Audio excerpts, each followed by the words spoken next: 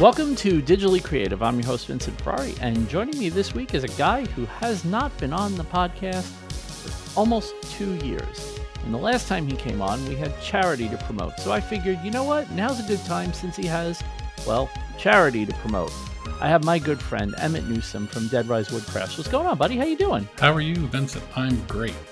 I was talking about your project with Jeff, a weird guy, because I talk to Jeff pretty much continuously. There's a couple of people in the world that I talk to continuously throughout the day. One is Jeff, a weird guy, and the other is Big Al Schultz from New York Woodworks. And Jeff and I were talking about your latest charity project. And I said, the one thing that always gets me when you decide you're going to do a charity project is I look at all my skills and I go, I don't want to use any of my skills. I want to try something new or try something different or do something that's going to push me or challenge me or be difficult. And I got to tell you, I had the most fun with a project that I've ever had doing the one for the Treescape project. It was so much fun to do. Good. I'm glad to hear that. That's what I want. I want people to either do something in their style or take themselves, take it outside the box and try something new. Mm-hmm. That's what I'm going to do for the trees that I'm doing. I'm doing probably some different materials that I don't usually turn. They'll still be turned trees, but I think that the couple that I'm going to do will be a little different just because. Yeah. I came up with a bunch of ways that I was going to do it. I was going to do I was going to do polymer clay again, and I really wanted to because it would be perfect for what I did. I would do polymer clay sections, put it all together. And I thought about it. I'm like, you did polymer clay last time, so it's time to do something else. So I started thinking, how could I make this 2-dimensional object 3-dimensional? And it was like, oh, wait, no, I think I have it. So I went over to the Glowforge and I made the first one. It was a complete mess because when I went to drill the hole for the stem, it blew apart. And then I was like, well, I made enough to make 2. Let's try it one more time. And I made the second one and it started to blow apart, but I was able to kind of just stop the drilling, glue it, clamp it back together and let it cure. And then I was able to, I actually was working on it with the stem in it. So while I was painting it, I was holding it by the stem, which, oh my God, it made my life so much easier. I'm so glad you needed a stem on this thing.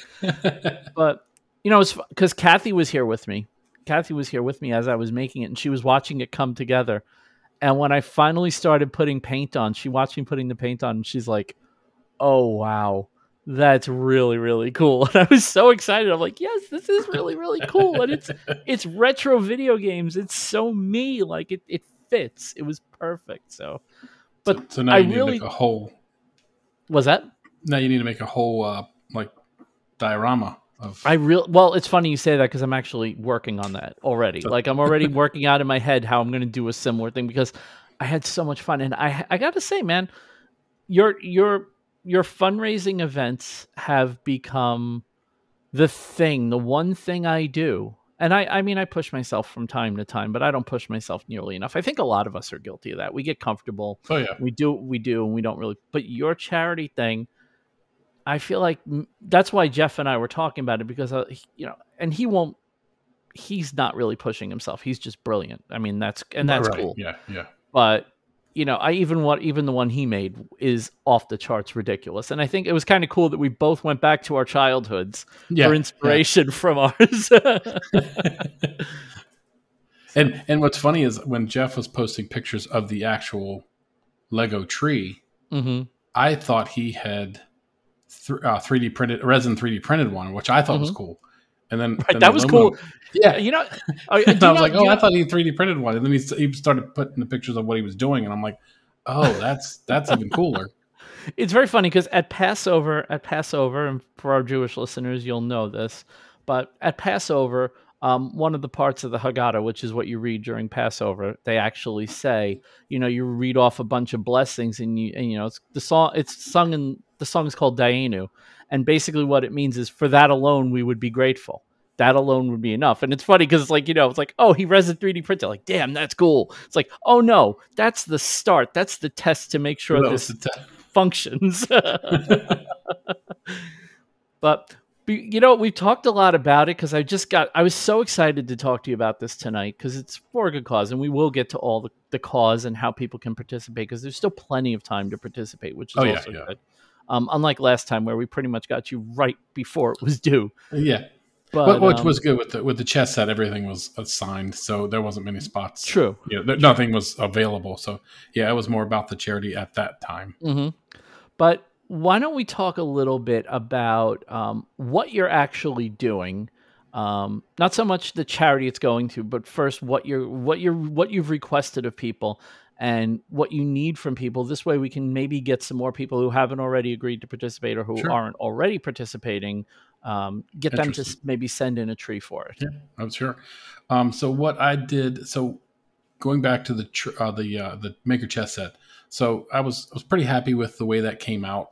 It was a great cause. I made a lot of money, so thank you again for everybody that purchased tickets. But so I wanted to do it again. I didn't do anything last year. I kind of took a year break, trying to just think about what to do. I started making these treescapes to send people, or I've only sold a very few, but I like them as gifts. So I have one. You sent me one as a housewarming. Yeah, gift. that was a housewarming to you, and I hoped you enjoyed it. So I absolutely do. It's literally sitting right next to my TV. In fact, while you're talking, I will go get it. But yeah. So I my wife was like, why don't you do a treescape and then request that all different makers make different types of trees and send them in, and then I would make the base, and so that's how it came about. So it was my wife's idea. Of course it was. The wives always have the better ideas, don't they? Yeah, this thing is beautiful. I mean, I've gotten quite a few compliments on it. And like, what's that? That's so interesting. So I was like, yeah, it's my friend Emmett. He makes treescapes. And in fact, I also remember. That was an early one too. I think, was that like number 4 or something like that? 2022 for VF. Okay, so and that might have been before I started numbering them now. So I have it on a spreadsheet somewhere. Yours is pretty early. It's like 4 or 5. Nice. Yeah, you had just started making these. Yeah. When you sent me this one. Yep. I was wondering because you asked for my address. First person. You asked for my address, and I'm like, okay. He's asking for my address, and he's suddenly making these treescapes. Maybe he's going to send me a treescape. And I started thinking about it. I'm like, how the hell is he going to ship that without breaking it? They when I send them, I'm very, very nervous about it.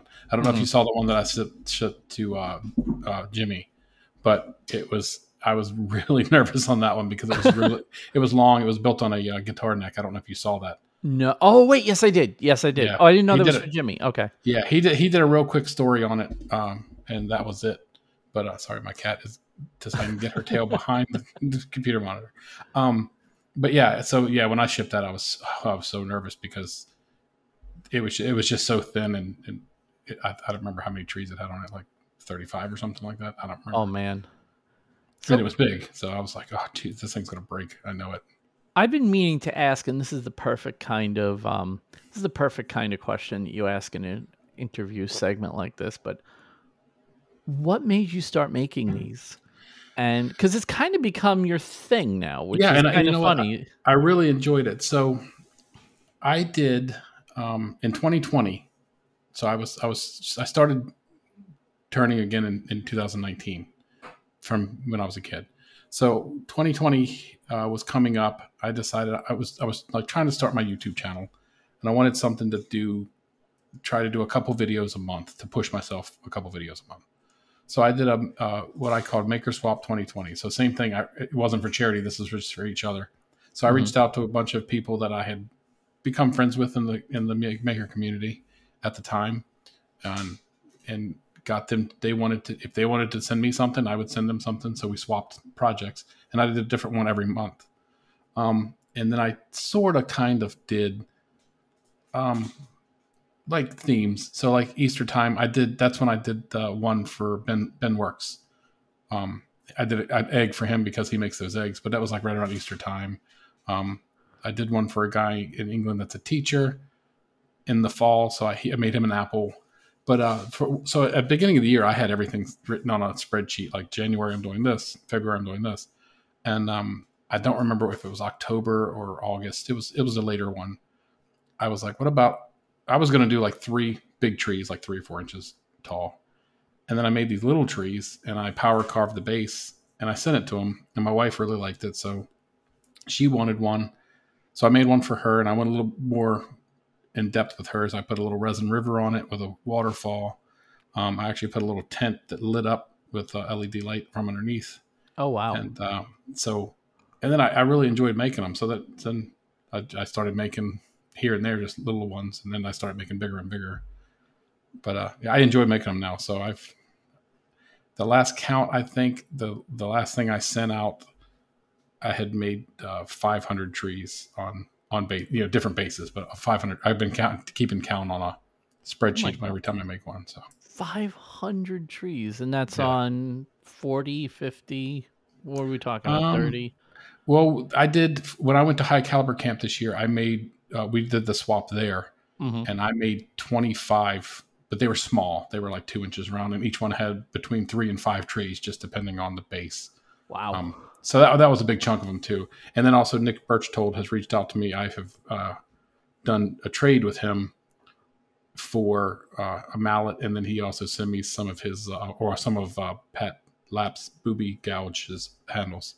And I forgot the first time for the mallet he wanted like 50 trees, and I think I made him like 65 for the handles. And he's using those for something, some of his whatever he does for a living with the architectural models. I haven't seen it yet. Oh, wow. But yeah, he reached out and asked me if I would sell him some, and I'm like, how about we trade? I mean, I'd rather do that than get money anyway, because his stuff is amazing. So yeah, I've way back when I was employed, I was the same way. I was like, no, I'll trade you. Like, I'd much rather trade you than have you buy something. Or you may buy something from me today. I'm probably going to buy something from you tomorrow. Exactly. So yeah, that's how it started. I had the idea. There is another guy on Instagram that makes little. They're more like architectural trees. Everything's the same color: the base, the trees, and then, from what I understand, because it's in a different language, but he'll take like your house, like if you have a cabin and you want a model of it.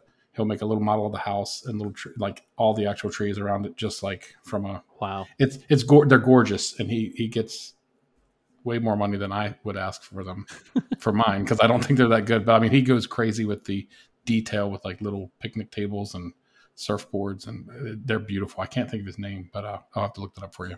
I'm always amazed by the people that work in miniature, because having done that one tree. Like I've said a million times on this show that the one skill that I know I'm really weak at, that I am really working hard on not being weak at, is hand painting. Like I'm really, really trying to get good at hand painting stuff. And it amazes me when I see people working in miniature and just all the tiny little details. Like, it's mind blowing to me watching people do stuff like that. Like, I mean, the scale that they're working in, I can barely see it, in these old eyes. Like I'm looking down my progressives. I'm like, oh, I can't really see that, and it's like a whole other world just watching these miniature guys. And I mean, I painted one of them. I printed out 2 of myself from 3D DIY Dave. Yes. And I printed 2 of myself. I gave one to Kathy for her desk because she collects miniature things, and I thought it would be super funny to just have a miniature version of me on her desk. Yeah, so she does. And I painted it exactly the colors I was wearing at Maker Camp. So I have a picture, and then I have me wearing it in miniature, which was really funny to me. But all I did was paint my jogging pants, my shoes, and my shirt, and my skin, and it was hard. I'm like, this sucks. Yeah, some of the guys like Chris Rayleigh over Route 9, the stuff they do. Chris is from another planet. I've fully convinced myself that Chris is just an alien from another planet who has an actual shrink ray duplicator. So he shoots something, and it makes a small duplicate of it. That's how he does it, because there's no other way you could do what he does. What he does is amazing. And he made the most elaborate chess piece for the chess set last time, which was also awesome. Which was one of my favorite. When I got it, I was like, oh, I don't want to give this away. I liked it so much. I was like, I really want to keep this piece. I was amazed. I was so proud of you for being able to actually stick by it and actually give that thing away, Oh because man, it was so hard. I was so annoyed with Christy that she won. But the one good thing I know is that I know with Christy, it's in a place where it's going to be out on display, taken care of and Yeah. loved, and potentially even used. But man, I wanted that damn thing.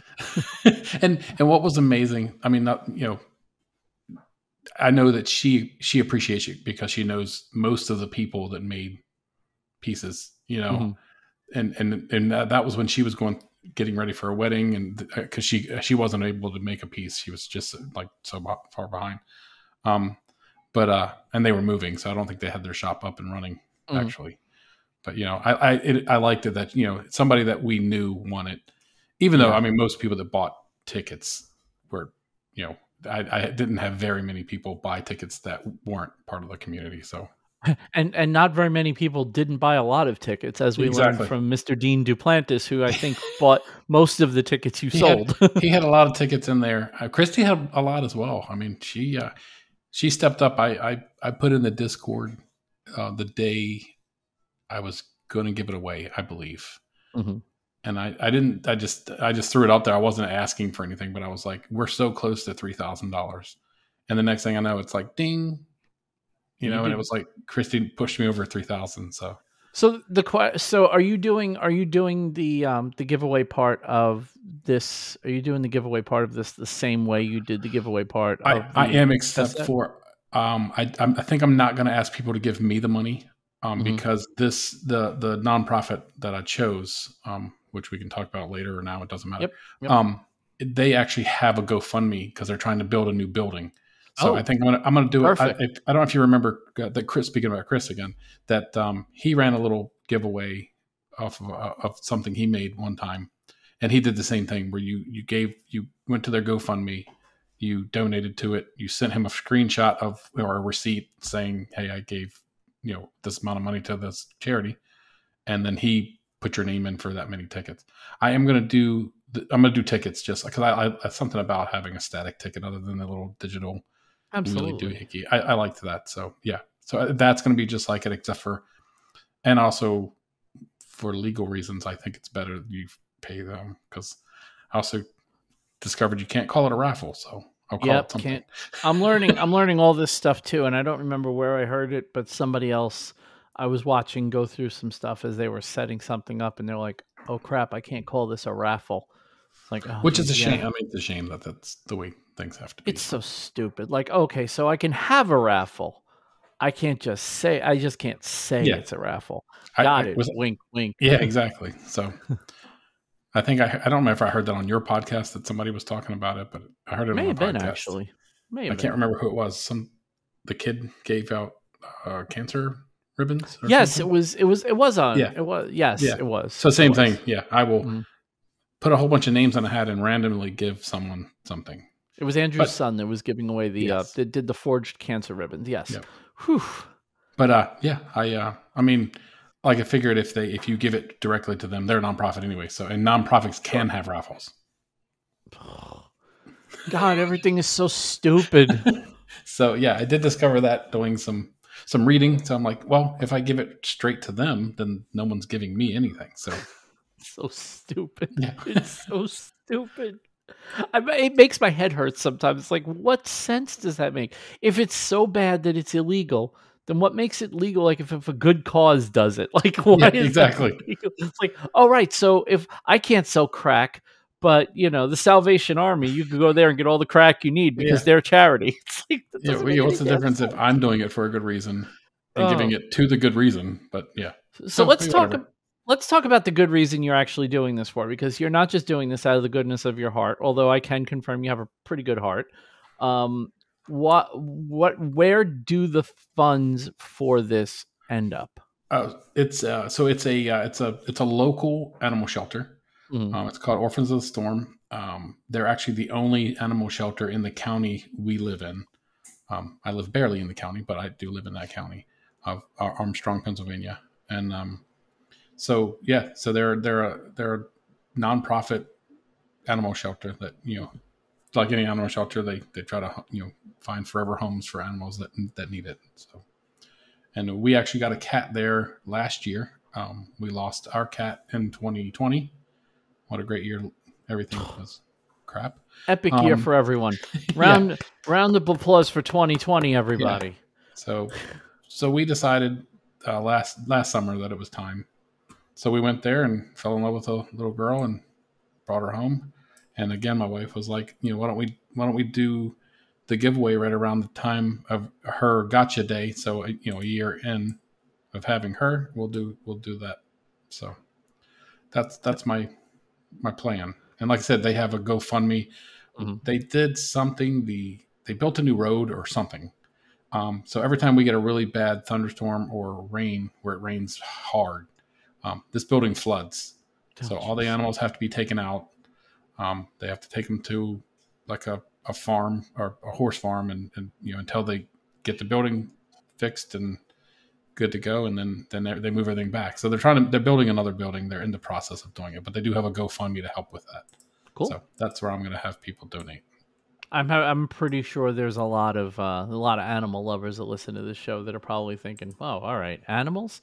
They're probably more likely to give money for an animal charity than a people charity at this point. Yeah, that's what I figured. I did people last time. I'll do animals this time, and we'll see if we do one again. So, you're going to do one again? Like I wouldn't mind doing a chess set again because I enjoyed the chess set. It was fun. I'm trying to think what I can do to challenge myself on your next chess set. Jesus, chess set was fun. It was a little towards the end was trying to wrangle the last the Grand Alexander, everything, the 90% was good, and then the last 10% getting them in was not rough. It was just hey, let's get this thing going so I can give it away. Are you in or are you not in, right? And that's exactly. I'm always amazed. I'm always amazed when people are able to pull off stuff like the stuff you've done, because that is the hard part. No matter, even people, look, we're not here to cast aspersions or whatever. But the simple fact is that sometimes people don't follow through for whatever reason. It could be a perfectly legitimate reason, or it could just be your jerk, right? It runs the range, and I'm not here to judge why people don't participate. But man, trying to especially something that's as numerically important as a chess set. Yeah, it's like, oh no, we're just going to have two people that don't turn into people. No, it doesn't work that way. Yeah, I mean, and thankfully at the end, we had everybody got in. I mean, it was kind of past the deadline I was looking for, but everybody got in, and and we made money, and it all went to a good cause. And people like Chris. I mean, Chris was a last minute addition. Yeah, well, he was one that I thought was because I had somebody that ghosted me, and I didn't think that person was going to make a chess piece, and they weren't responding, so I reached out to Chris because he had reached out early and said, damn it, I really wanted to be part of this. So I texted him and said, hey, you interested? I think I have a piece that's not coming. And he had that made and sent to me in like 3 days. I had it in my hand. Remarkable. For California. Now, I did get the piece that was ghosting me, but it came in way late. So technically, I guess I did have one way late, but it didn't go with the chess set. You ended up with like 2 or 3. I mean, you ended up. Yeah, I had a couple extra because you had a couple extra pieces. Yeah. I have a little like 6 pieces in my garage of extras, and that one piece that came late. I won't mention anymore.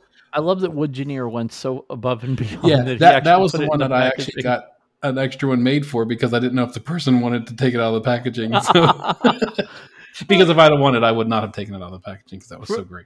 For those of you that don't remember the Maker chess set, Wood Gineer actually made a prawn. Yes, a prawn. He was supposed to make a pawn. And he decided to make a prawn, but he didn't just make a wooden prawn. He made a wooden prawn. And then he decided that wasn't enough insanity. He had to put it all in the packaging as if it was like a toy that you would buy at Toys R Us. It was absolutely bonkers. One of the coolest. I think it was one of the coolest ones that were. It was. I loved it. Like I said, I if I had won it, I don't know if Christy took it out or not, but yeah, the packaging was so brilliant that I did get out to take pictures of it, but it went directly back in because he had like little sticky. It was able to be put back together. I think that's one of the things that I'm most excited about with the Treescape collab, which is it's not so much that it's going to be something that we're all participating in, right? That's because that's cool, but that's not the coolest part. The coolest part is going to see all of these different like everyone has a different take on this. Yeah. Nobody, first of all, nobody, I don't know, and I could be wrong, but I don't think anyone's doing trees the way you typically do them.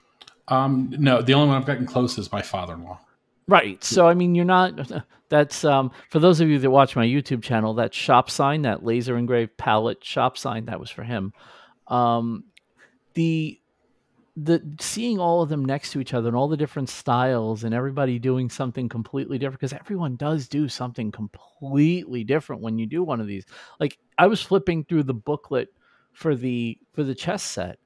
I was like, everyone just did something completely different here. There's no, like, it wasn't just a bunch of wood. It wasn't just a bunch of like 3D prints. In fact, I don't think anything was really fully 3D printed last time. I had one 3D printed. One. Yeah. Well, on 60, was it on 32 pieces? 64 pieces, right? No, 32 pieces. Yeah, 32 Pieces. But yeah, I was one. Don't worry about it. AC nailed it. He 3D printed his. Yeah. Right. And he was in the middle of a move, so I don't know if it was, but I told him, I said, if you want to 3D print one, that's fine. I don't have one. Yeah, no, I mean, no one's going to say don't 3D print it, but I mean, even like you would think that would be the quote easy way. And I'm definitely putting that in quotes because as someone who 3D prints a lot, I also understand that it's not easy ever. Right. But man, it's just, I get the warm fuzzies thinking about it because like, I like being a part of your projects because it's like, who made that one? Who made that one? Who made that one? And I mean, I guess we could say 3D printed. A weird guy 3D printed his, but that was only the middle part. Middle part, yeah. That didn't count at all, and that was the diffuser on his dragon. How long did that entire process took like a month and a half? I love, and I can kiss Jeff's butt a little bit because Jeff's my buddy, but man, I love watching his mind work sometimes. Like it's yeah, for sure. I'm working on something very big right now, and I just bounced it off him. Was it 2 days ago? I bounced it off him and he's like, I think you can handle this yourself. I'll be your safety net, but I'm not doing this. You're going to do it. I'm like, oh crap. All right. Well, I'm going to figure it out then. So I actually spent some time in Fusion 360 and I made a model for the thing that I want to make. And it was just a sample to see if I knew the order of operations in Fusion 360 to make an effective model to do this. And I did. And I wouldn't have even done it were it not for Jeff, right? I would not have done it. But I did do it. And now I'm going to that's going to be my next big self project is going to be this thing. So he's, to his credit, he's always pushing me to either try harder, do better, make more. Like I'll get random messages. And I think this is the kind of kick in the ass that a lot of us need. Occasionally I'll just get a message like, what are you making this week? Like, oh crap. Nothing. Like, fix your shit, dude. Get your ass in the garage and let's go. Let's go. Start making stuff. So even when I was, and it's funny because the shirts, which we'll talk about in the financial supporter segment, which I'm wearing one right now, even the shirts for the podcast, the only reason these shirts exist is because he rode my ass for like months. And I was working on it, but I wasn't, I'm not going to lie. It took me a long time to get them made. It took me a long time to find shirts I like and a process I liked. And I had a pretty bad experience overall with working with print on demand when I did the Broken Heart stuff. And I was like, I didn't want to do it again. So I wanted to do these myself. So figuring that out and, it really came together when Corinne Blackstone was on the podcast because a lot of what she told me is what I used to make these. And it was a huge, huge, huge help. But these shirts wouldn't be here if it wasn't for Jeff. And of course, when they were ready and available to order, he was the first order. So I enjoy it. I make all my own shirts, but I do them old school print silk screening. You actually silk screen yours? Yeah. Wow. So I haven't done it for a while. That's a process that's very opaque, no pun intended, to me. Like I kind of understand what you have to do, but I'm like, I don't understand where I would do this process because there's no way I could do it at home. Right. Yeah. I couldn't do it at home. And there's definitely no way I could do it in my shop because I don't have, I can't really block out the light enough to do it in my shop. I like doing it. I'm sure that doing it the way you're doing it's a whole lot easier and probably a lot more success rate because you can really screw up print screen, silk screening. was quickly.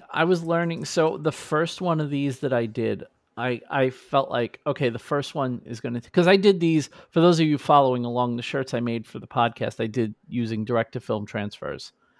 And I figured that the first one would be a learning experience.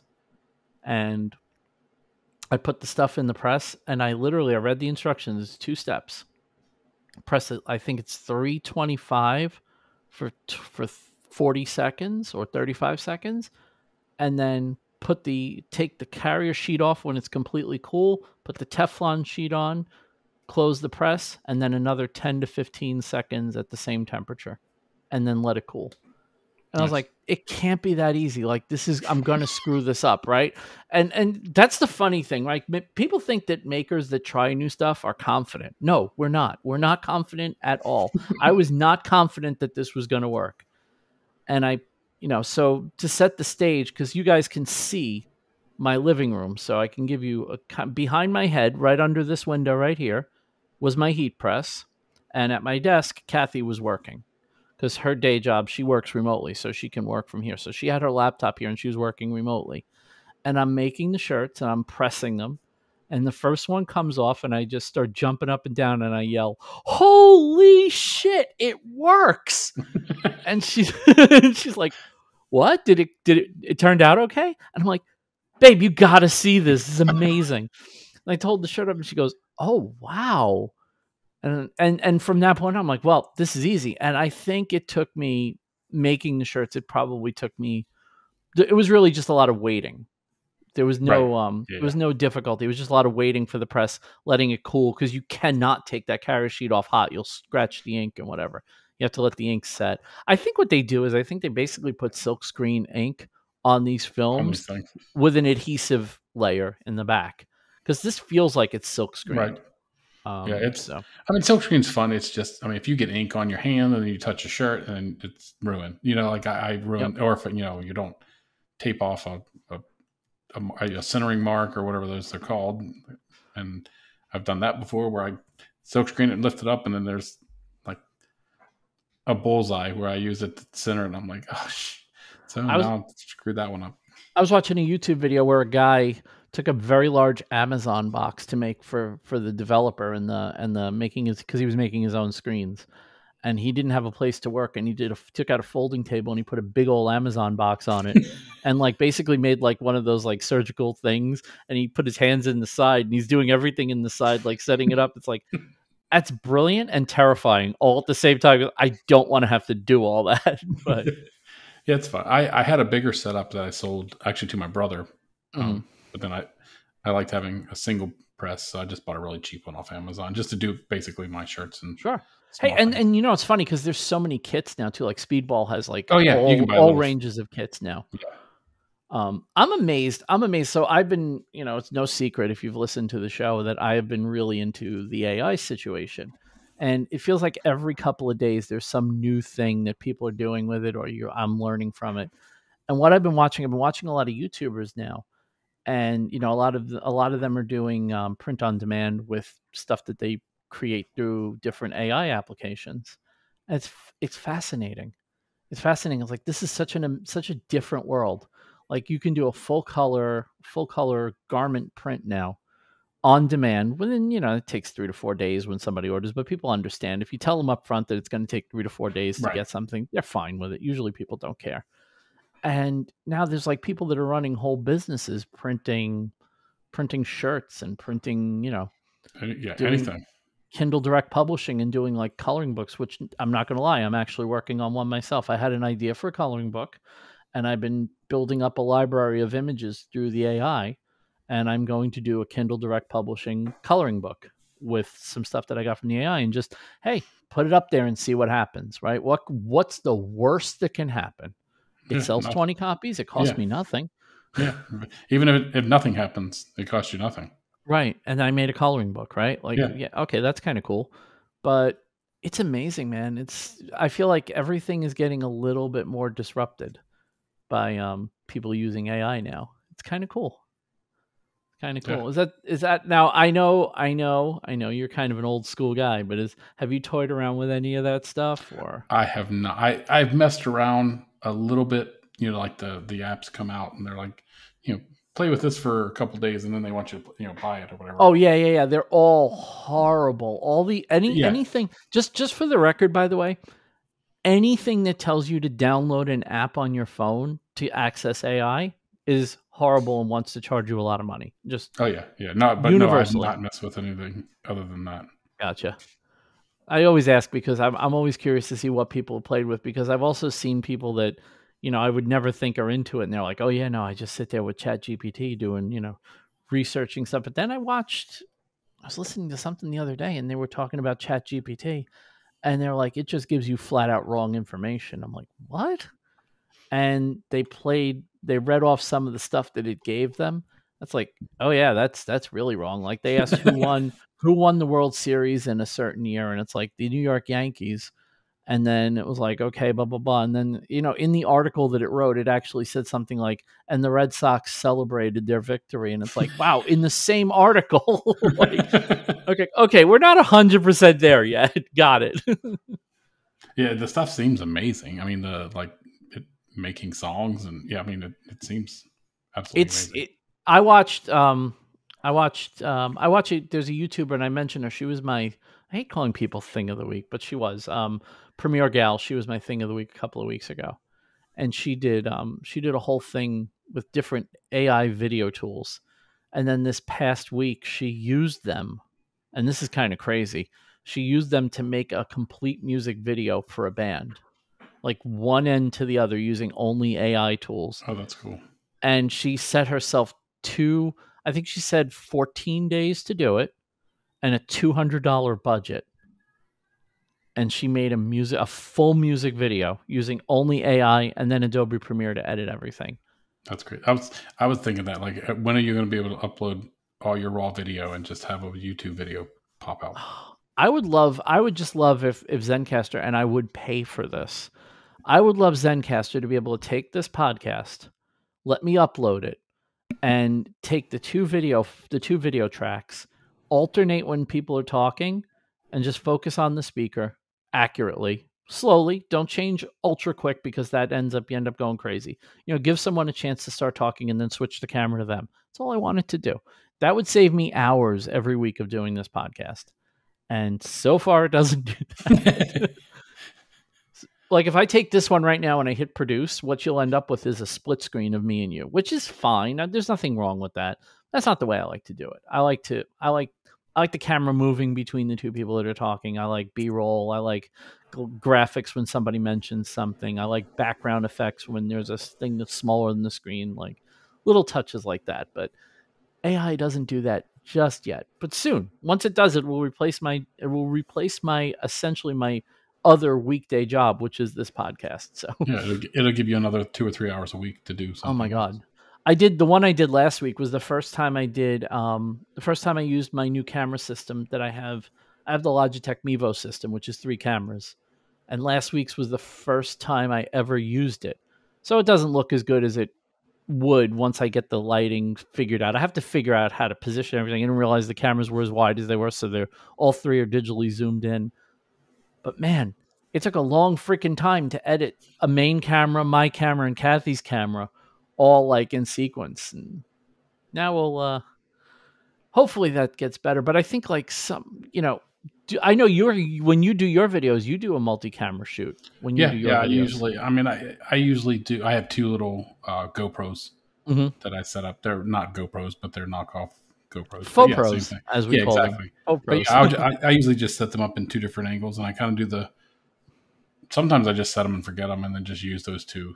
Then I try to be like Jimmy. I'll set it up for 5 minutes, and then move one, and then 5 minutes later move the other, just to get some different angles. But yeah, I did notice that you are one of the few people who actually will do 2 camera angles in your shop. And you don't have a huge shop either, which is kind of cool. No. So you get those 2 angles, it kind of covers the whole shop, which is great. My spot in the garage is my little 1-car garage is about 12 foot wide, and I have about 6 or 8 feet in front of my wife's car, and that's it. Oh wow! So the tools I have are a bandsaw and a lathe, and then drills and things. But yeah, power tools. That's all I have: bandsaw and a lathe. That's amazing. by the way. Yeah, Do you ever? I mean, there are people who get accustomed to that smaller space and they feel like those constraints kind of build their creativity. Do you ever get that vibe that like if you would like more tools, but it's kind of cool with what you have? Exactly. Yeah. And I would love more tools, but yeah, exactly. I like keeping it simple. I do want a drill press, which I had before I started making the treescapes, because I bought it when I started doing pins, thinking I would drill the pins out with it. It was just a little cheap lathe, a little cheap win. It didn't have it didn't go down far enough to even do the pin blanks, so I'd have to like do half the pin blank and then move the table up. So I sold it. It was brand new. I bought it and I sold it on Facebook Marketplace for like, I don't remember, $80, $75, whatever it was. You basically got back what you paid for it. Yeah. Man. And then now I wish I had it again, and you can't buy them for under $120, but hey, you live and learn. But yeah, I would love to have it for the treescapes, because then all my trees would be perfectly 90 degrees. But I do them by hand with a DeWalt drill. So it's really funny. You say that the quill doesn't travel far enough, because I'm thinking about that now, and it's like that's something I've never thought about. Like my drill press, most of the time in its operation, in the 6 years that I've had it, it basically has been running at the same height. Like it's usually a little bit of height differential. Usually when I use Forstner bits, I have to lower it a little bit, because the Forstner bits I use are longer than my drill bits. But I never thought about that. I would never even consider that as something that I would have to think about when I'm doing. It's like, I didn't think about it, with some of the drill bit, some of the pin kits are, 4 or 5 inches, and that little wind just didn't go far enough. So, like I said, I live and learn. I kick myself for selling it now, but it opened up a spot in my shop. So it happens. Yeah, I'll get another one eventually. I'll find one on Facebook Marketplace. Get the 10-inch Craftsman one, like the one I have. It's like $120, $130. I'll end up just spending $100 on one and buying. I will say this. It's one of the few tools I have that has a laser that actually works. Every tool I've had that has some kind of laser on it has proven to be complete crap. And it was really funny, because I was at Al's. When was I at Al's? Tuesday? Yeah, I think I was there Tuesday. And we were Wednesday. We were working on his Wi-Fi, because he's been having Wi-Fi issues for a couple of years, and I think we finally have them licked, and everything's working great. But he gave me some rough sawn cherry, and I was like, this stuff's awesome. And he's like, and I was going to take my hand. I brought my my circular saw with me, my Ryobi cordless one. And he goes, we could bring those in the shop and cut them on chop saw, just make it a little easier. I'm like, yeah, that's probably a good idea. Why waste the battery, right?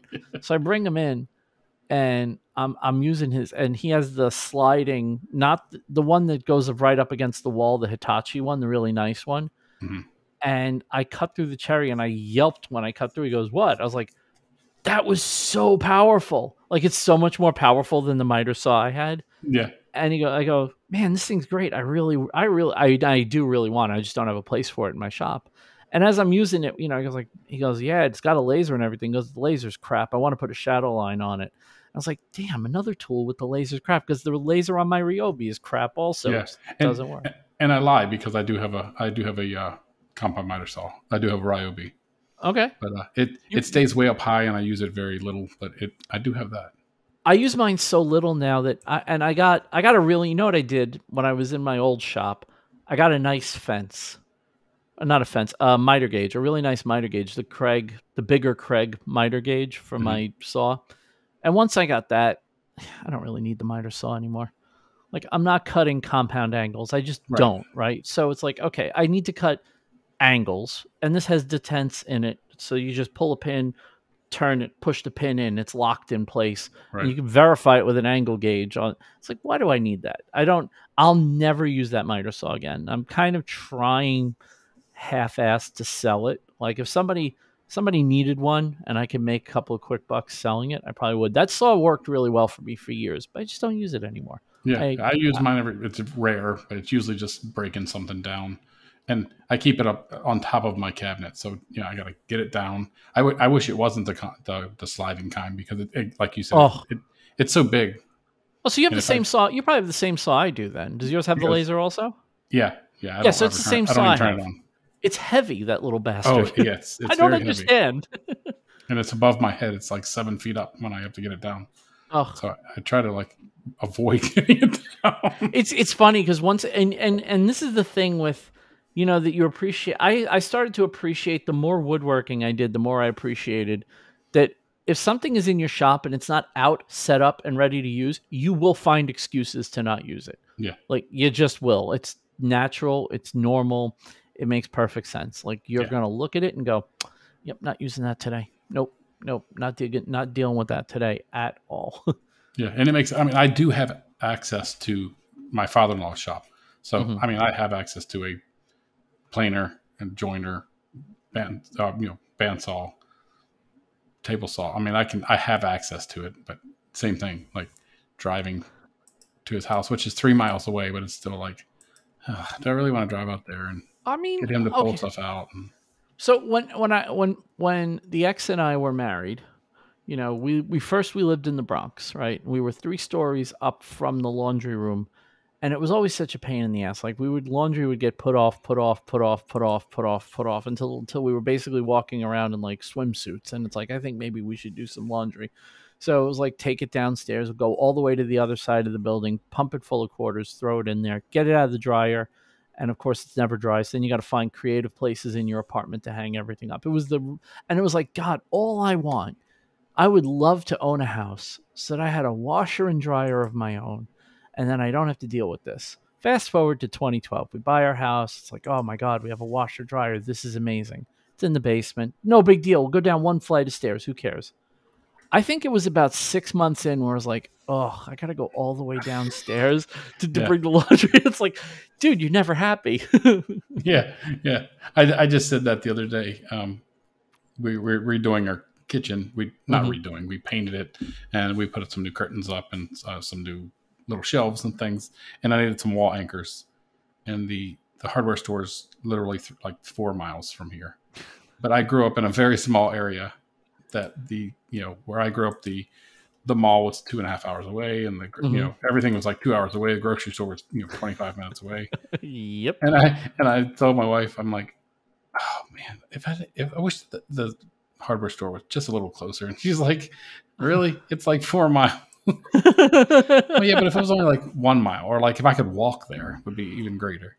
Oh my God, I've done that. Like even Starbucks in my apartment right now. Starbucks is in the winter, my terrain doesn't even warm up the motor in the time it takes me to get to Starbucks anymore. And I still act like it's a hike to go over there. It's like, do I need anything else while I'm out? It's like, you have to make it has to become a journey, like a destination. It's like, yeah, growing up, when I was in high school, the closest Arby's was 78 miles away. And I used to drive there to get the 5 for $5 meal to bring home to freeze so I could have Arby's when I wanted it.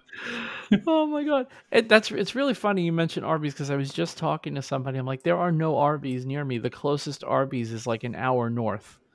Wow. And it's like an hour to Arby's, but it's Arby's. And I know that there are people listening to this right now going, dude, I wouldn't travel 35 seconds to an Arby's. And I'm like, yeah, I've actually made that trip. 78 miles. I used to go there, but yeah, now I have one 3 miles away. So I feel like maybe this is just a theory, but I think there are more of them in Pennsylvania than there are in the New York, New Jersey area. There could be, yeah. Yeah.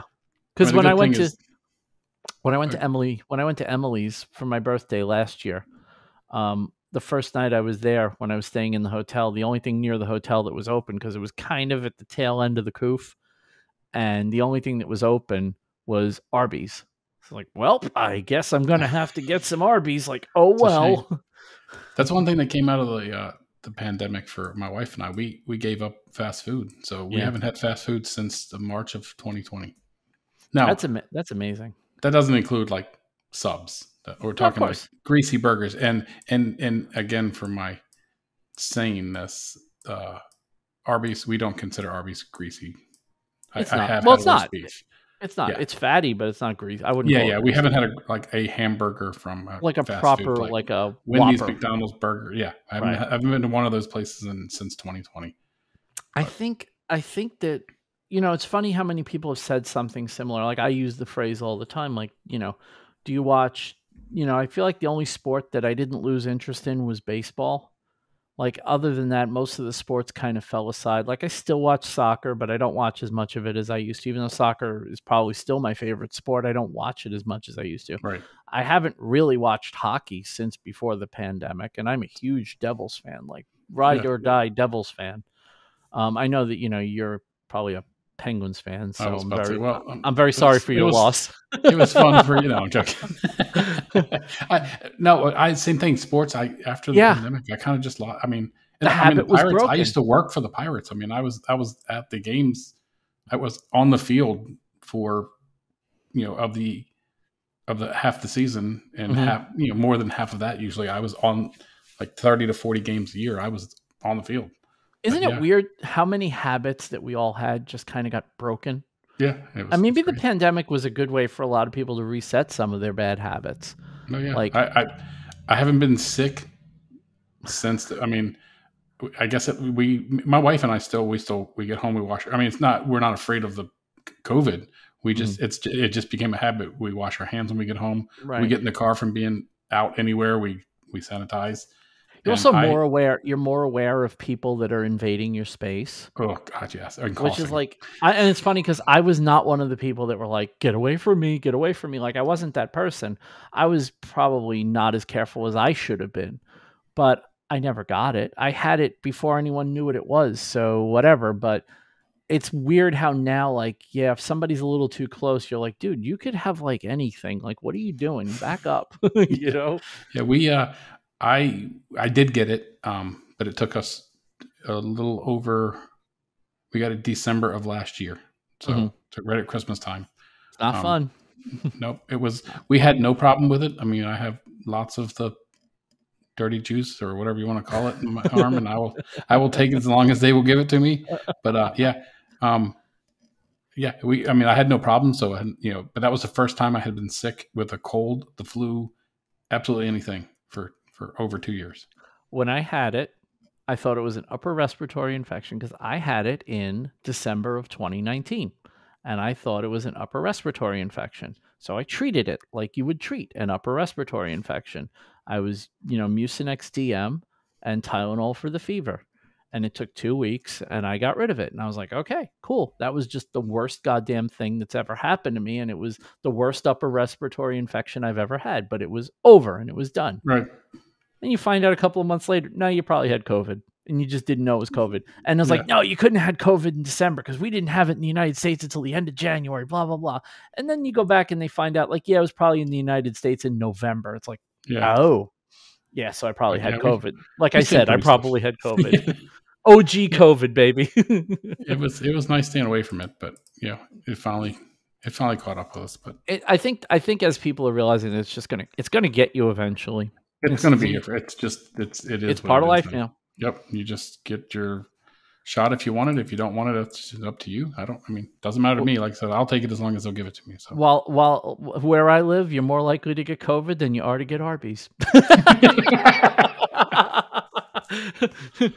Boy, if I was still giving show titles, there you are. COVID, easier to get than Arby's. At least in this area it is. It was really funny. It's funny though. A funny thing happened. So a couple of weeks ago, I was at a bar in Glendale, I was gonna say in California, in Queens. Arizona. Oh. And we were at a bar, and on the way to the bar, we passed the only Arby's in New York City. Like, there's one, and we passed it, and it was like, oh my God, it's the Arby's, and. So it's like the Long Johns. There's not many of those around anymore. Oh my God, I used to love Long John Silver's and Arthur Treacher's even more because I loved Hush Puppies. Can you tell I didn't eat dinner tonight? Christ, I've been binging on tiny little Twix bars all night. I had a bowl of Fruit Loops for dinner because I wasn't really that hungry at the time. And the more we talk, the more hungry I'm getting. I'm starving now. Now you're driving it an hour and a half to Arby's. My next story on Instagram is going to be, you're not going to believe what I'm doing right now. No, I need sleep tonight because tomorrow we're doing something really cool, and I think the listeners of this show would probably really appreciate it. Although by the time you get this show, it will have already passed. But in Edison, New Jersey, is Brickfest Live, which is Oh yes, I Lego. heard you. I was listening. I was catching up on podcast today, and I heard you were going to that. They had that. Not yet. They're having it in Pittsburgh as well. Yes, my brother's a big Lego tours. guy, and I was like, hey, you coming up? And he's actually doing something else that weekend. He's out of town. But go anyway. Yes. Go anyway. I've heard this show is amazing, and I would never go to a show like this, not knowing someone who's directly been there. But I've seen people talking about it from other cities, and apparently it's the same show city to city. So it's like, okay, you know what? This is going to totally be worth it. Yeah. So we're doing that, and then tomorrow night we're going to the bar to do karaoke again, which I did my first karaoke a couple of weeks ago, and I might be addicted. I might be addicted. Listen, when you're singing a Bon Jovi song and the women in the bar are standing on their stools and waving their lighters, like, you've done well with your life. Like, it's the greatest thing in the world. Everybody's awful at it, and who cares? Yeah, it just depends on how drunk you are. I think, well, the funny thing is I wasn't drunk, and I know everyone says that, but I actually wasn't, because I just wasn't. I know when I'm drunk. I wouldn't have gone up there if I was drunk. But I will say this much. When you're this podcast and a lot of the interactions that I've had with people, especially when I have a guest that I don't know that well, I think it's kind of just removed all those like inhibitions. Like, you can just go up there and do karaoke and it doesn't matter. Like, who cares? Or it's made dating really easier because I've met families. And it's like, you keep meeting people's family, and little by little you meet people's family. Like, you just go into a circle of strangers, and it's like, no, what do you want to talk about? I feel like Cody Rhodes. I step in the middle of the ring and I go, so what do you want to talk about? And it's kind of cool. It's kind of cool. I think like the social interaction thing is greatly underrated, because if you can talk to people, you have a pretty good time at just about anything. Yeah. So. Why don't we kick over and do some things of the week, because I'm pretty sure you got a good one. You always have a good thing of the week. Your thing of the week is usually on your Instagram feed lately. But what do you got for us this week? Well, this week I received in the mail my high caliber Craftsman X-Acto, and I've been using the heck out of it. Out of it. Yeah. Oh, look at that. Look at that. On brand, baby. On brand. It's all about branding. But yeah, it feels really good in your hand. Like like we were talking earlier, it feels like a tool. It's nice and heavy. But yeah, I'm liking it so far. I was using it last night and trying not to cut the crap out of myself, but I didn't. Knock on wood. The only thing he didn't do, and I know why he didn't do it, and he's not wrong. I really wish he'd put a blade guard on it. Because I don't know how to store the damn thing now. Yeah, I was thinking about reaching out to Ethan and being like, how can I make a sheath for this thing? Like I've got to be able to make something. Not so much a holster. Yeah, so I might try. I have some leather that he sent me for another project for high caliber camp that I forgot to take to high caliber camp, so I still have it. So perfect. That's perfect. May try to make a little holster or something for it. What's your serial number? Mine is 10. Just curious. 17. Woo-hoo! And I didn't ask him for any, I just said whatever. I didn't care. Whatever. I didn't need anything special or. I forgot who it was, but somebody had in Sharpie there says 001. I think it might have been Ed John's. So good. Yeah, I think they did 0001 because I think Keith Drennan he has zeros, and then Keith Drennan has 1. So actually Austin has the first one, but his is just 000. But yeah, I thought that was funny. I swear I feel like, and I'm looking at, I know he's a good machinist, and he knows he's a good machinist. So this isn't like saying anything that anyone on either side of this doesn't already know. But seeing his work, like his machine work that close, and seeing how tight everything fits together, and the incredible tolerances and the threading, like of the grub screw to hold the blade in. It's all beautiful. It's amazing. It's so beautifully done. It's as much a work of art as it is a tool. And I'm getting to that age now. And I mean, you could probably relate to this too, because we're about the same age. Well, you're way older. Probably. No, thanks. You're 2 years older than me. Exactly. Well, it's okay. I'll let you have your moment, Emmett. But I'm starting to get to the age where when I look at a tool, I'm not just looking at it for its functionality. I'm also looking for its aesthetics. Yeah. And like the Hexacto's aesthetics are like 10 out of 10. They're beautiful. It's just beautiful. It was like, I mean, and it's obviously the comparisons because two people we know made better versions of the X-Acto. His was, he did his, and Ethan's leather wrapped X-Acto has been his signature thing for years. And they both, took a different approach and just made signature versions of the same thing. And the aesthetics of both are outstanding. The leather wrapping on Ethan's, the overall fit and finish on Austin's. It's just, we surround ourselves with some talented freaking people. And those talented people sometimes get on this podcast and they send random gifts. So my thing of the week is something that I've been sharing the story of over and over on Instagram because I was blown away that. So when Nick Birchtold was on the podcast, after he was on, he asked me for my address. And I'm like, oh, he's going to send me something goofy with boobs on it because that's kind of what he's known for. Everybody calls him the boob guy. I mean, he does a lot more than boobs, but everybody knows that. There we go. The booby tree. It's a tiny titty tree. I was cracking up when I saw that, by the way. It was so on brand. Like, oh, I don't even know I don't even have to ask who made that. We already know. So Nick asks for my address, and I don't know what I'm getting. I have no idea. And then a couple of days ago, a box shows up. It was Monday, actually. Box shows up on my front steps. And I want to ask you something. Yeah, not to interrupt you. How awesome are his boxes? And me as a product packaging guy, I'm looking at. I opened that box just with a big smile on my face. I'm like, this is beautiful. He spends more time on the box than I spend on some of my projects. But go ahead. I didn't want to. And I love the way he uses the reinforced tape, and then he has a little note that says peel. Like you pull here. Like, pull it around, it all comes around, and then it just opens. Like you can almost hear the choir going, oh, as you open it. It's magnificent. But he made me what he's calling the Ferrari dead blow mallet. And this thing is just, I mean, I can't capture it properly here, but it is just the detail on the maple on that thing is gorgeous from his story, or his stories or reels or whatever they are. But yeah. As I learned the word from Al, the chatoyance of the maple. It's beautiful. Is unbelievable. Like everything about this is unbelievable. And you know what caught my eye because I'm such a vain bastard. So he made this for me, and I'm looking at going, this is just too pretty. Like, and I know I'm gonna have to bring this to my shop at some point. Take it a half hour north of here, and like not pretend I'm Thor with it anymore.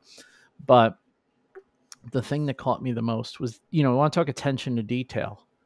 He got my font from my logo and engraved it into the top of the mallet.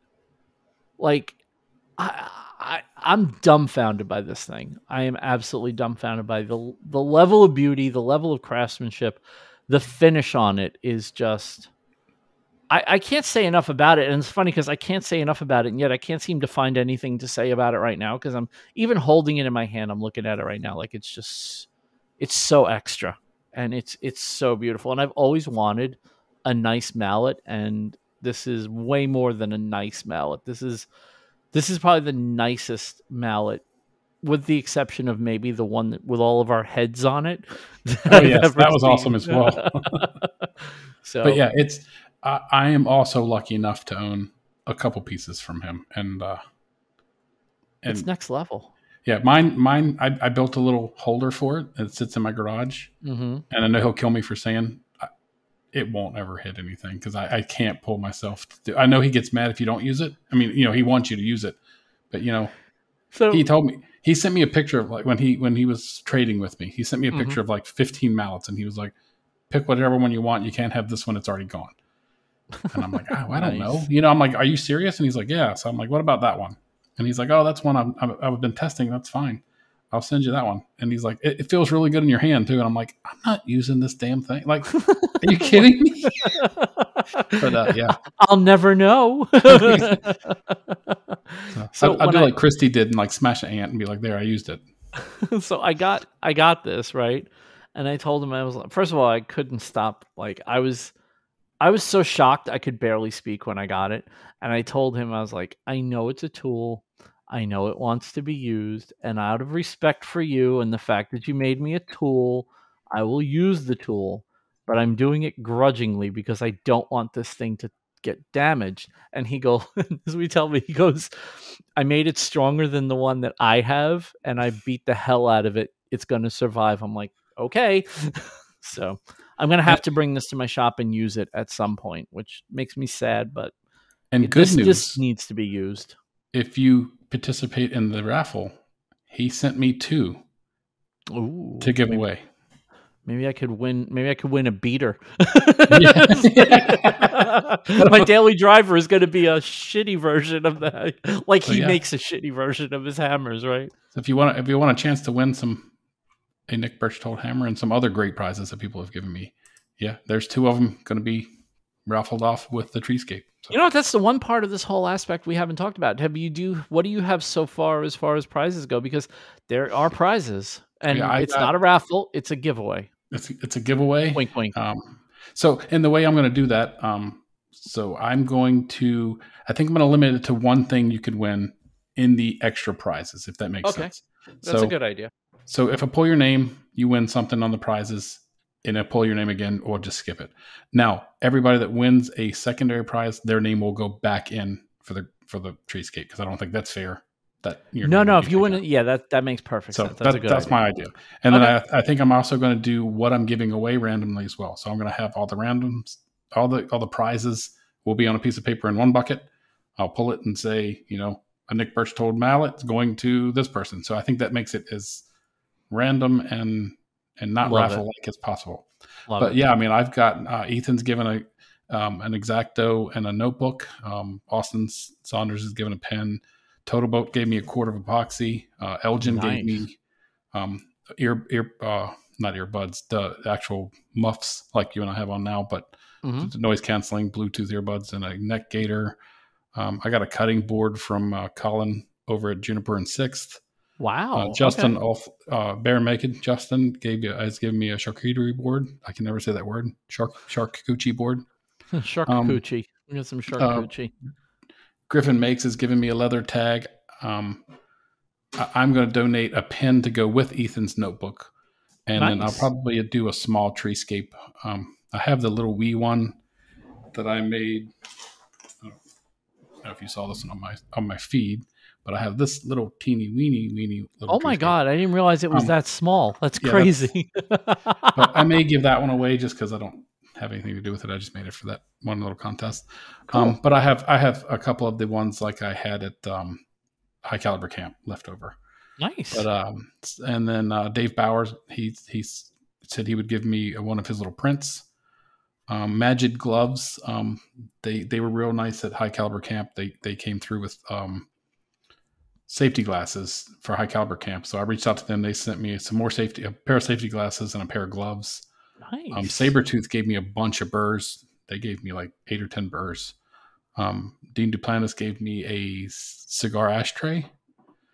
Jacob from Other Dog Designs gave a wine bottle display. Jay-Z from Just Might DIY, her and Daniel are given a custom tumbler. So, after it's over with, you can send them whatever you want on it. And I'm guessing that's what she's going to do because she does a lot of sublimation and stuff. Starbond sending out 3 tubes of glue to somebody. Nick Birchtold gave me two mallets and a saw stop handle. Waffle Beaver also he reached out the other day and asked me if I wanted some mallets or a mallet, or he didn't really say what he was given. I don't know if it's a mallet or mallet head, but I told him I would be honored to take whatever he would send over. And then your buddy, and I want you to work on this for me. Jimmy said yes, he would send stuff for the giveaway. But I want him to make a tree. So I've been messaging him. I don't know what he's going to send. I just asked him if he'd send some stuff for the raffle or for the giveaway. He'll do it because he can make content out of it. Yeah, that's what I'm hoping for, a bandsaw tree by Jimmy, and that's a good idea. And then maybe if he tags me in it, I'll end up with like 400 bandsaw trees from every maker across the United. No, I'm joking. But oh my God, I got to work on Jimmy. But yeah, he said he would send something, so I don't know if he'll send an ice pick or I don't know. I'll take whatever he's going to give me, and he may forget about it. And He won't forget about it now because he does listen to this show. So Yeah, I know, that's what I was going to say. I know he listens. So Jimmy, he does. I'll take whatever you're going to send me, but I'd love to have a tree in that box as well. Yeah, that's wow. That's quite a list of prizes. So just for the record, if you haven't already decided, and I don't know if you're not selling the tickets yet, right? Because you don't even have everything yet. But man, once the tickets go on sale, I mean, just think of that list of prizes. Like, there's nothing in there you wouldn't want to have. So I mean, fantastic. I have a lot of them already, in hand, and then some people are going to just send them to the winners, which is even better. You don't have to. I mean, I'll take it either way. I mean, I don't care when it comes to the raffles. I mean, the charity making stuff. If it costs me a little bit of money to mail it, it costs me a little bit of money. Not a big deal. Fabulous. It's your good deed of the day, right? Yep. That's awesome, man. I'm really happy you had that much of a response on it. I was hoping for just a couple things, Yeah. And everybody has said yes to me. I've had some no answers, but whatever. It's okay.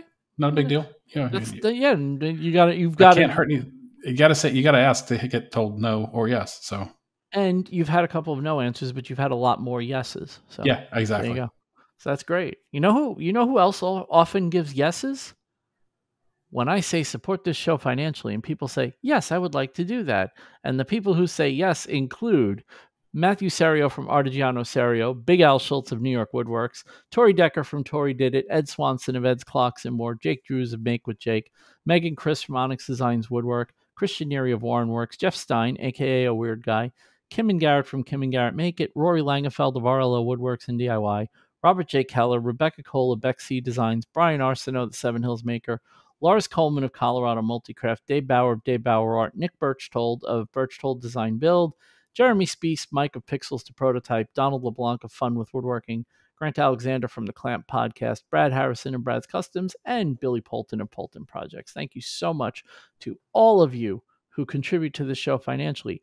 If you contribute to the show financially, you got an email a couple of days ago, and the email you got was to announce the availability, and let me pan the camera down a little bit, of digitally creative t-shirts. Yeah, buddy. Digitally creative t-shirts. Finally, thanks partially to Jeff Stein, aka A Weird Guy.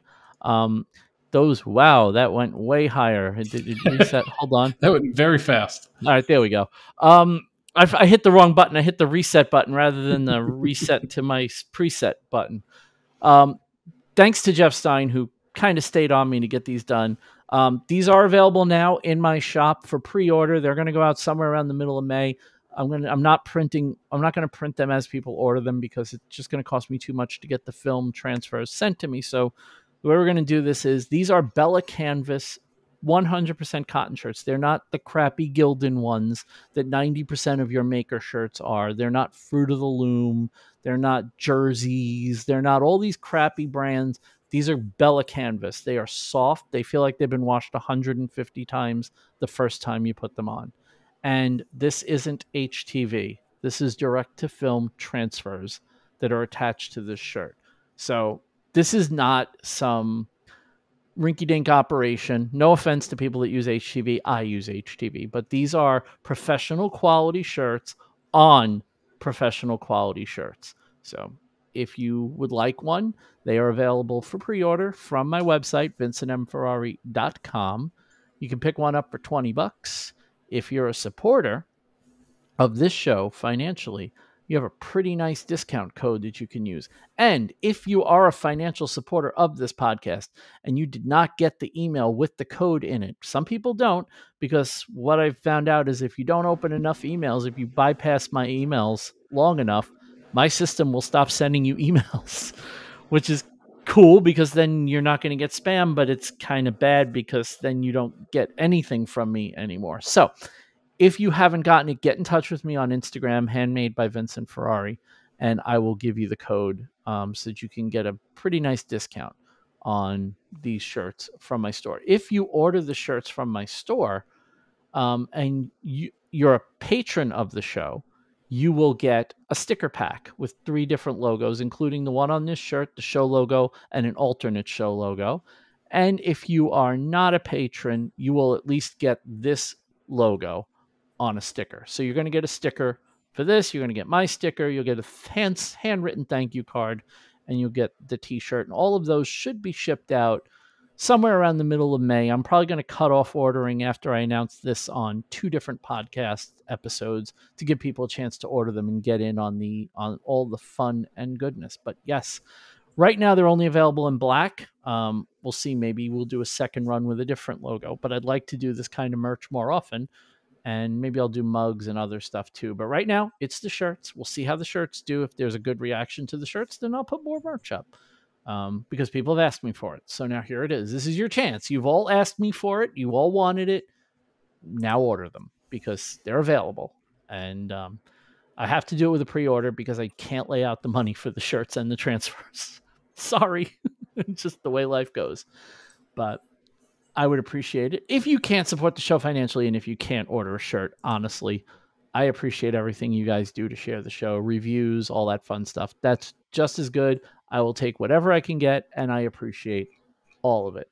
I especially appreciate the people who have been listening to this show a very long time, like Emmett. Emmett's pretty much been one of the OGs. I remember him from way back in the early days of Because We Make. One of the earlier listeners of the show. Fell in love with Because We Make. Yeah, it's been a while. It was after Ethan, but yeah, I mean it's been a while. It's been a minute. It's been a minute. Your name has always come up in one form or another. Like you're always in the orbit of the show somewhere, and it was like kind of cool to be able to help you promote your latest charity venture. Because like I said, your charity events are something I look forward to doing. It's like, oh, he's doing a treescape. I got to make a tree. All right. I didn't think like, do I want to make a tree? It's like, okay, I got to make a tree. So I'm excited. I hope we get a lot of trees. I was on the podcast with Austin and Dean the other night. Mm-hmm. And I said my goal was to have more trees than I had chess pieces would be awesome. So I think I only need 33. So that's not a whole lot. No, not a whole lot. So where can people find more information about the Treescape collab, what to do and what the requirements are? Because there are a few requirements. It's not, build, the longest, tallest oak you can and hope it fits there. There are some actual specifications for this and also some where to send it and all that. Where can people find that information? So I'm on Instagram at Deadrise Woodcrafts. In my bio, there's a link tree. It's the very first link in the link tree is a PDF file. It's just a little write-up. You do have to scroll down to hit open or read or something like that because you can't see it unless you do that. And if you're on a phone, I know it's hard to find that read button because even Jimmy was like, I can't see it. And I was like, I can scroll down a little bit, you'll see it open. But anyway, so the height, basically the height is all I really care about. I don't want anything really huge. So something around 2 to 2.5 inches tall. As long as you leave me a little base, so I'll show you Nick Birchtolds, just something that I can attach it to the base with. So there's also a YouTube video that was, for callers to call out for people to send it to me. But in that PDF's my address. I would like to have them by June 10th. That gives me a couple weeks to work on the base. Cool. And then we can hit the ground running with the, promoting the actual raffle, which will be the month of July. And then towards the end of July, hopefully Excellent. I can pull, we'll do either a Facebook Live or does Instagram do live? I don't even know. Yep. But yeah, I'll probably do an Instagram Live one evening. And if you want to join in, you can join in and see if you win. If not, I'll be in touch with whoever wins everything and getting addresses and where to send it and that kind of thing. But yeah, Instagram, Deadrise Woodcrafts, link in the bio. Absolutely fantastic. And like Emmett said, you have plenty of time to get a tree in. It's not going to take you all day. This isn't an all weekend type. I mean, for some people it is, but for the most part, it's not an all weekend project. Just make a really cool tree and send it to Emmett, and it helps charity. Like, what else do you need to know? That's the basics, right? And literally, it could be scrap material as long as And at this size, most of it is going to be scrap material, which Yeah. is exactly your perfect opportunity. All those stupid little scraps that you all have been saving for like the last 20 freaking years, use one of them. Make something cool and Yeah. donate it to charity. Doesn't have to be turned on a lathe just because that's what I do. I mean, yeah, like you said, it can be anything. I mean, I have Colin sent over a recycled drill bit, which I think is brilliant. It's a great little tree. I mean, it looks like a tree. It looks like a yeah, topiary. yeah. So I love it. Fantastic. So, I think one of the coolest things is seeing the creativity that the people in our community come up with. yeah, And how they interpret something as simple. It always amazes me how people interpret the simple things, right? Like tree. And it's like, okay, well, watch me work. yeah, yeah. I was excited for yours because, again, around the same age. Mm-hmm. That was a big part of our childhoods. It's iconic enough, but it's not obviously iconic, which is exactly what I want. It's a little bit deep catalog. Like you could look at it and go, it looks familiar, but you don't know that it's level 2-1 in Super Mario Brothers. Like it's not the one you would think of. So it was kind of why I did it, but I'm very excited to see what other people do. I mean, I know what I did, I know what Jeff did, and I know what a couple of people, based on what you've shown tonight, have done. Yeah, I also do post as I get them, which is great. Yeah, and then I don't. We didn't mention, but you just tag if you want to tag it on Instagram so people see it, and to spread the word. But everybody's been using the hashtag Treescape Collab. Perfect. So. Perfect. Make a tree. I'm asking you as your favorite podcast host, and if I'm not your favorite podcast host, I'm still asking you. But to the other podcast, not Vincent. But seriously, make a tree, send it in. It will go. The proceeds that it helps raise will go to a very good cause, and everybody loves animals. Come on, let's go. Look at your furry friend sitting next to you. Look at that face. Now imagine all these homeless animals need a nice place to live. Look, oh God, here it comes. Here it comes. She's messing with the trees that I have on my desk. She is a product of that. Oh my God. She is a product of that very shelter. So yes, but you're going to want to. And I can attest. I mean, it's a great shelter. Mm-hmm. It is old, and they've outgrown it because there's lots of cats and dogs there. So they have they do what they can with the small space they have. And I really hope if they get this new building, one, it'll stop the problem with the flooding, and then two, I hope they have a nice new modern location. And they deserve it. If they're helping out animals that need it, they deserve it. Because let's be honest, there's no government funds or grants for helping out animals. You may get some help if you help people, and I say may because you don't always, but you're definitely not going to get any government help if you're helping animals. So do the right thing. Do the right thing. It's easy to do the right thing. So go do the right thing. I think that's going to do it for this week. I think we covered everything we wanted to. We went on some great tangents and covered everything. And tangents. I think the name of this show should be digitally tangential at this point. It's all tangents. It's Arby's and all over. But oh man, I swear, a great time. If I don't get some Arby's in me this weekend, I'm going to be very sad. I'm going to be very, very sad. I think I want Arby's, and I gave up. And I'm on a diet because I started Noom a couple weeks ago. And oh boy. So you got influenced, didn't you? I did. I wanted something. I'm telling you, I started on April when we got back from Mexico. April 9th, I paid for it. That was the Sunday. Mm-hmm. So however long that's been, and I'm down 17 pounds. Damn, dude. So good for you. Yeah. I wasn't heavy, but I was heavier than you wanted to be. Yeah. Right. Yeah. That was me too. I'd like to be back under 200 if I possibly could, but at 45, it's kind of hard to get down that low. That was me too. When I was working, I was probably heavier than I wanted to be. And then I started back in December-ish. I started like really working on not being that heavy anymore. And I've dropped a significant amount of weight because stuff that didn't fit me started fitting me again. And then one of my friends who used to see me every day hadn't seen me in about 2 months and saw me at my shop. And he was like, dude, you lost a lot of weight. I was like, Yeah, I guess I did, didn't I? I was like, all right, that's awesome. It's nice. It's nice when you feel in professional, like in combat sports, they call it your walking around weight. You can always tell. You can always tell when your walking around weight is a little higher than you want it to Yeah, be. absolutely. You feel it very quickly. Like if you're used to being a certain weight and you start putting on pounds, you won't notice it at the beginning, but you're going to hit a threshold where you're going to notice it. And it's nice when you get back down again and you start feeling normal. Especially in your 40s. I mean, things start hurting and our tender age. I like to say I'm pushing 50 because I'm at the point now. I'm 47 years old. I'm technically pushing 50, but what are you gonna do? It's part of the. At least I still have my hair.